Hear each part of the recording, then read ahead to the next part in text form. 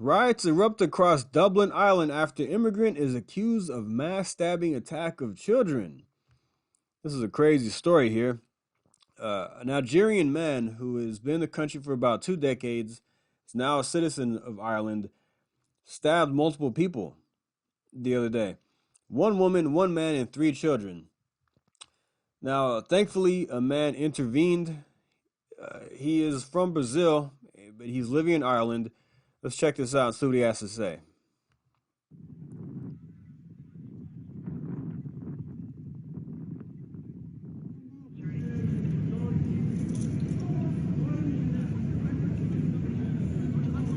I slowed down my motorcycle to see what's going on, and I realized it was a fight with a man, a woman, and a little girl involved.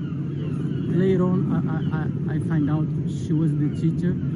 She was very, very brave, I have to tell that. And the man, he grabbed a girl, and then I saw he take off a knife. When I saw the knife, I stopped my bike. Just act, my instinct. I just take off my helmet to protect myself, and I could wear it as a weapon, and I hit him in the head with all of my... Brave man, such a very brave man right here. Took his helmet off and decided to step in and attack the attacker. My power, and I'm grateful for her to survive. Now they're labeling far right. Everything is far right, far right. Far right broke out with violence. Anyway, let's keep going here. So that man, he's from Brazil, and he says that he doesn't understand what's going on because he's an immigrant himself, and he's protecting the Irish people. He was protecting the Irish people from this attacker. So he doesn't understand what the problem is here. But let's dig into it a little bit. There's a video here I want you to see, which talks about this, the underlying issues of this these protests and these riots going on here. Let me be very clear. The thing that brings real shame on Western Europe is politicians letting mentally deranged violent thugs from other countries wander in and commit violent crimes, not how ordinary members of the public respond to those crimes. But I am going to say this now and get it out of the way, and I also want to be equally clear on this. I do not condone the torching of a migrant hotel or general looting, and I certainly do not condone genuine racism. Now, there didn't seem to be too much media outrage when there were those mostly peaceful protests after George Floyd's death, and there has been a near total mainstream media blackout of the reality of the utter hate on display at some of the pro-Palestine marches. But yesterday in Ireland, a man believed, widely reported, to be an Algerian allegedly stabbed multiple people, including children.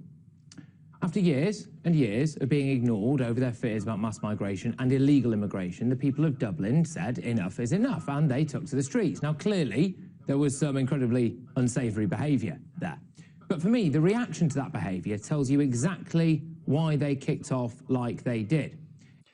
No, he's right. There was a lot of behavior that was uncalled for. I think it's dumb to burn down your city, no matter what the reason is, to loot stores. It's stupid because you're destroying your own environment. You're destroying your city. I think it's dumb. I think there is a better way to go about this than burning down buildings, looting stores, and costing the city and billions of dollars to rebuild. Doesn't make sense. But the reason behind it, I understand the frustration. I really get the frustration here. Immediately, the police and media called them far right, and then the Irish leader, Leo Varadkar, who looks like the kind of man who still sucks his thumb when nobody's watching, expressed more outrage at the public than he did about a man who allegedly stabbed kids in his capital city. Yesterday evening, some people decided that the best way to respond to this terrible attack was to take to the streets of Dublin and try to terrify, intimidate, loot and destroy. Their first reaction to a 5-year-old child being stabbed was to burn our city, attack its businesses and assault our Gardaí. These people claim to be defending Irish citizens, yet they put in danger the newest and most vulnerable and most innocent people. Those involved brought shame on Dublin, brought shame on Ireland, and brought shame on their families and themselves.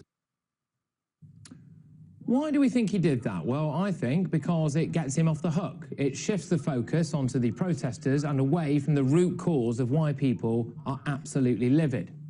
Because idiots like him, idiots right across Europe, idiots in Downing Street have betrayed people. When they say things like, we must come together and not let hate win, what these calculating narcissistic individuals are really saying is, please don't hate me for the decisions that I've made. They've desecrated the very notion of a nation-state. They've systematically ignored democratic vote after democratic vote. They've compromised the safety of their citizens. They've then demonised those citizens. They've used the media to help them do it. And when people die or get hurt as a result of their decisions, they will either try to pass restrictions that mean people like me can't report on it, which does happen and has happened, or they'll try to distract you by demonising the people who are very angry about it. But the reality is, in my view, it's their fault. When incidents like this happen, I think it's the fault of political leaders for allowing situations like this to occur. But they can't call everyone far right. Not everyone. As GB News regular and Telegraph columnist Alison Pearson tweeted... All right, check this out. In July, middle-aged Irish women were protesting in Dublin about 60 undocumented asylum seekers in their community. They were angry when they were accused of racism. The women said they were trying to keep their daughters and granddaughters safe. Women's and children's safety is far more important than maintaining the lie that allowing young males from very different cultures into a Western society does not pose any dangers to women. It just does. Saying so should not make you racist. Blame the governments that allow it to happen. Those are her words, of course. When you lose the middle-aged women, when you rile them up, it's game over. Isn't it? The genie is out of the bottle. Now, in Argentina, a maverick anti-establishment bloke has just won. In the Netherlands, Geert Wilders, a man who wants to ban mosques, has won. Italy's gone to the right. The AfD in Germany is on the charge. Marine Le Pen has support amongst the youth in France. Viktor Orban, well, he's got a grip on Hungary. I mean, I could go on, clearly. Divisions have massively opened up in the UK in recent weeks. And we all know what's happening in Dublin at the moment. It really is quite simple, actually. You reap what you sow. I love what he said. I actually like that guy. I'm going to see what he has to say more down the line. But anyway, he's right about that. We're seeing these movements to the right of leaders winning these elections. We saw it in Italy, a woman who won, more conservative woman who won, who's more tough on immigration. We saw what happened in the Netherlands, a guy who wants to get control of the immigration crisis there, the influx of people coming in, and wants to stabilize things. We saw the huge win in Argentina, and Viktor Orban in Hungary, who's doing a great job there, keeping that country great, as I should say. But he's putting the people of Hungary first. He's restoring Christian values in there. His family values. He's doing great things in Hungary. He's a big emphasis on the people of Hungary and their families and their future, and controlling the borders. Now, we're seeing these movements to the right because people are fed up. Argentina, huge win in Argentina. And they're calling all these leaders being called the Trump of Argentina, the Donald Trump of the Netherlands, just because somebody wants to have a secure border. You want to have a secure border, and they want to put the people of their country first. All of a sudden, they become far-right, radical Donald Trump of this country, the Trump of that country. And I don't see a problem with the leaders wanting to put their citizens first and stabilize things, get the economy on the right track, close the borders, have a more sane, a normal immigration process, not just let millions of people into your country. And that's the problem here. The problem with these riots in Dublin, even though the guy became a citizen, it's the underlying issue of allowing mass migration into their country. Ireland was a place, in my opinion, just from the outside looking in, but without knowing all these issues, seemed like a very nice place to live. if I had to choose someplace to go besides America, maybe I'll go to Ireland because it seems easy for Americans to assimilate. Good job market there, beautiful countryside. But then you have all these issues going on with like what we're talking about right now. So in the 12 months leading up to April this year, 141,000 immigrants landed in Ireland. The Irish population has increased by more than 2%. Ireland's non-nationals comprise of a whopping 20% of the population. That's a lot of people who are not born in Ireland. And that's the issue, is that people are getting upset with them trying to change the identity of Ireland. And the prime minister there said so himself. He said they want to have more people of color there. This is all done by design. Look at this. Ireland gives up undocumented immigrants path to citizenship. The Justice Department estimates there could be 17,000 undocumented people, including 3,000 children, living in Ireland. Those who have lived in Ireland for the past 4 years can apply for official permission to live there. The Irish Justice Minister said it was a once-in-a-generation scheme. The plan would improve the lives of thousands who were contributing to the society but had to live in legal shadows. Now, this is why people are upset, is because we're seeing this, them trying to do this in America as well. Give a path to citizenship to undocumented immigrants. In some cases, I think that is okay in certain situations. I know there's people in the TPP program, if I believe that's correct, who were brought here because of the earthquake down in El Salvador, I believe it was, Honduras or something like that, in Central America. And I think there are great people that are coming to this country who want to do things the right way, who are applying for their residency, applying for their citizenship. I think things should be made easier for them. But just to bring thousands of people over, all these young men in these European countries coming in from North Africa, places like that. Check this out. These fellas. Oh man. Down Pioneer Street. All these fucking men coming in.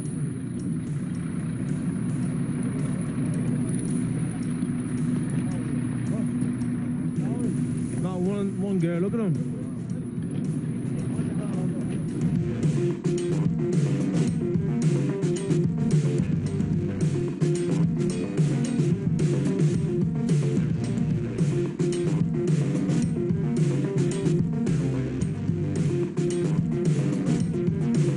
It's time for us now to change government policy and dictate what happens in this country. We want an end to the open borders. We want an end to open door asylum, where you have economic migrants who are just coming in with no passports and saying to the government, we want a house. But what do you expect when you have the Minister for Children and everything else, apparently, saying in umpteen languages, treating around the world, come to Ireland and we'll give you a free house in 4 months. There are people on the housing list in this country for 20 years and they can't get a house. That has to change. We cannot sustain any longer almost 100,000 people a year coming in.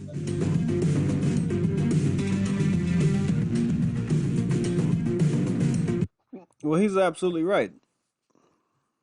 Economic migrants coming in just saying, give me this, give me benefits, give me a home. We're seeing that here in the United States. People coming across the border, demanding things, getting benefits. And the problem is that we are not anti-immigrant. We just want things to be done the right way. We don't mind people coming here looking for a better way of life, assimilating the American way, applying for a residency, applying for the citizenship. I have no problem with that. My dad is from Guatemala, and he got his citizenship. He became an American citizen. Now, the problem is when people when they send in hundreds and thousands of people in, especially young men, and we don't know anything about them. We know nothing about their background, and they're spread out into these communities. They're given housing, and then these women are terrified because you have all these men coming into their communities, and they have daughters, they have granddaughters, like you saw the women protesting because he had 60 men coming into the community, and you know nothing about these guys. I wouldn't like it if a bunch of 20, 25, 35-year-old men were just bust into my neighborhood and were just given places to live from all these different places. I don't know anything about them. That's the problem here. What's wrong with putting your own people first in your own country? What's wrong with that?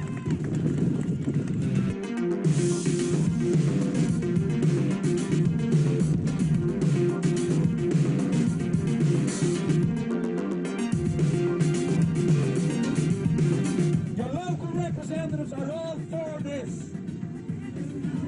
They have no problem importing cheap labour to undermine job security. There is no housing crisis. It's an immigration crisis.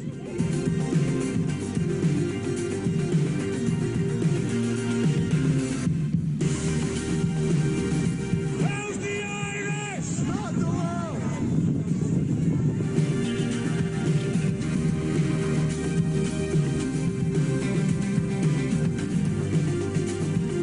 The government has to change its immigration policy, and they have to say Ireland is full and that we cannot accept any more people into this country. They're absolutely right. How's the Irish? You have 13,000 people there that are homeless. There's a housing crisis. Rents are high. It's not as much as a home ownership crisis as there is as a rental crisis. Not everybody can afford to buy a home or is in a position to. And you rent. A lot of people rent. There's nothing wrong with that. But you have all these people coming into the country, which could be contributing to that housing problem they're having in Ireland. And the people of Ireland just saying, hey, put us first. We're citizens here. We live here. Don't bring in all these people from all these different countries and try to change the face of the nation. They don't mind. Look, like I said, we don't mind. People don't mind immigrants coming in, but it has to be done the right way. You can't just bust in or fly, like I said, fly in or bust in thousands and thousands of people and just let them spread out across the country. We have many issues in. You see it in Belgium, where you had somebody stabbing people there. I believe it was a few months ago, who was a migrant. We see it in France. We see it in Paris. We see it in a lot of European countries because they've opened the floodgates. This happened about 2015 or so, when this migrant crisis really took fold in Europe, and it's changed the face of a lot of countries. It's sad to see because a lot of people have pride in their country. There's a lot of pride, and they want their countries to stay the way they know it as, the way they knew it as when they grew up. Same here in Texas. I want to keep Texas the way it is. So that's why we get out there and we vote for certain leaders over voting for Democrats who are going to turn Texas into California. We want Texas to be a place of freedom. Anyway, check this out. Ireland's sex crimes have spiked 76% since 2011. Ireland has recorded a massive uptick in sex crimes since 2011. The nation has reportedly seen sex crimes spike by 75% on a yearly basis over that time period. 3,400 sexual offenses in 2021, recorded offenses, 2021. This constitutes a massive leap from 2011, when less than 2,000 sex crimes were reported. Rapes also reportedly doubled over the same time period. In addition to the number of domestic abuse calls responded to by Irish law enforcement each year has jumped beyond 50,000. This constitutes a jump of 40% since just 2019. This is sad because if you go into The report coincides with a massive spike of government-sponsored immigration of primarily military-aged males from war-torn regions. Over the past year, native Irish have staged numerous protests against the continued arrival of men from the Middle East, North Africa, Afghanistan, and now Ukraine. Almost all of whom are improperly vetted before arrival, protesters have claimed. While the latest sex crimes figures did not break down by race, protesters have pointed to statistics in Sweden and the UK, among other places, and calling for a halt to immigration. In Sweden, a 2021 study found that foreigners are responsible for 59% of rapes in the nation, despite making up less than 5% of the population. The same demographic, which primarily included males from the Middle East and North Africa, was also responsible for 80%, yes, of serious rapes over that same time period. Yeah, this is the problem here. This is what people are talking about. Look, I don't live in these countries. I live in Texas. I live in the United States. And the people of those countries are saying there's been a change in their country since they've been letting in this mass amount of people coming, these young men coming in. You're seeing more crime. You're seeing more rapes, things like that. And they're pointing to the fact that they're letting in so many people. This is why you saw this happen in Europe, in Ireland, because it was basically the tipping point. They got to a boiling point that people had enough. They protested, and this guy who stabbed these children, even though he was a citizen, they're saying he was an immigrant. He's an immigrant. He's been here for 20 years, but he did come here, and this is what could happen if you continue to let people in the country who are not vetted properly. And look, this guy may have been playing this for years. We don't know. Some of these people have a long-term game. They don't want to come in right away. Some people don't want to come in right away and start their causing mayhem.